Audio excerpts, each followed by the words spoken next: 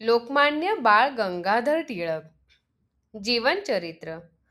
मित्रांनो, स्वातंत्र्याच्या यज्ञकुंडात आपल्या विचारांची आहुती देणारे, स्वराज्य हा माझा जन्मसिद्ध हक्क आहे अशी गर्जना करणारे एक महान व्यक्तिमत्व म्हणजे लोकमान्य बाळ गंगाधर टिळक. चला जाणून घेऊया त्यांच्या प्रेरणादायी जीवन प्रवासाबद्दल. प्रस्तावना. भारताच्या असंतोषाचे जनक.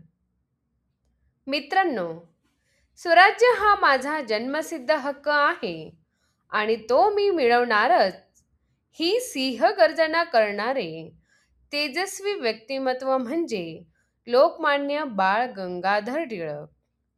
केवळ घोषणा नव्हे तर कृती, विचार आणि लेखणीने त्यांनी जनतेत स्वातंत्र्याची मशाल पेटवली. चला आज त्यांच्या प्रेरणादायी जीवन प्रवासाचा आणि भारतीय इतिहासातील अतुलनीय योगदानाचा सखोल अभ्यास करूया. बालपण, शिक्षण आणि पत्रकारितेची सुरुवात. टिळकांचा जन्म 23 जुलै 1856 रोजी रत्नागिरी जिल्ह्यातील चिखली गावात झाला. कुशाग्र बुद्धीचे टिळक पुणे डेक्कन कॉलेजमधून BA होऊन कायद्याचे शिक्षण घेतले. देशाच्या दुर्दशेची जाणीव झाल्यानंतर त्यांनी 1880 मध्ये न्यू इंग्लिश स्कूलची स्थापना केली.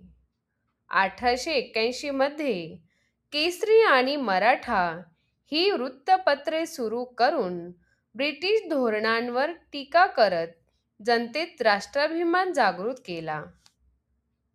सार्वजनिक प्रबोधन, राष्ट्रवादाचे संघटन.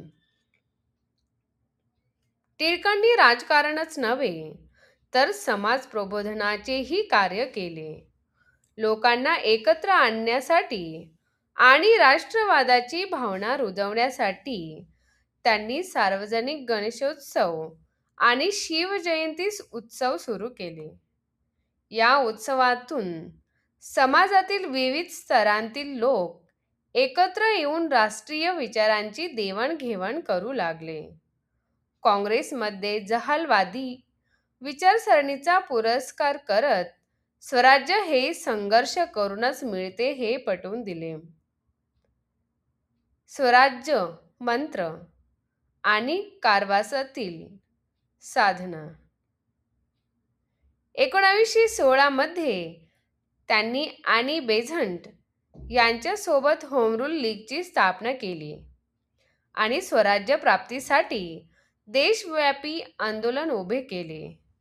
त्यांच्यामुळे स्वातंत्र्याची मागणी अधिक तीव्र झाली. राष्ट्रवादी कार्यामुळे त्यांना अनेकदा तुरुंगवास भोगावा लागला. 1908 ते 1914 या काळात मंडालेच्या कारागृहात 6 वर्षांची शिक्षा झाली.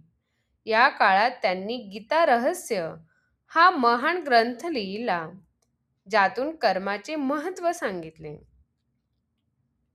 निष्कर्ष. लोकमान्यांचे चिरंतन योगदान.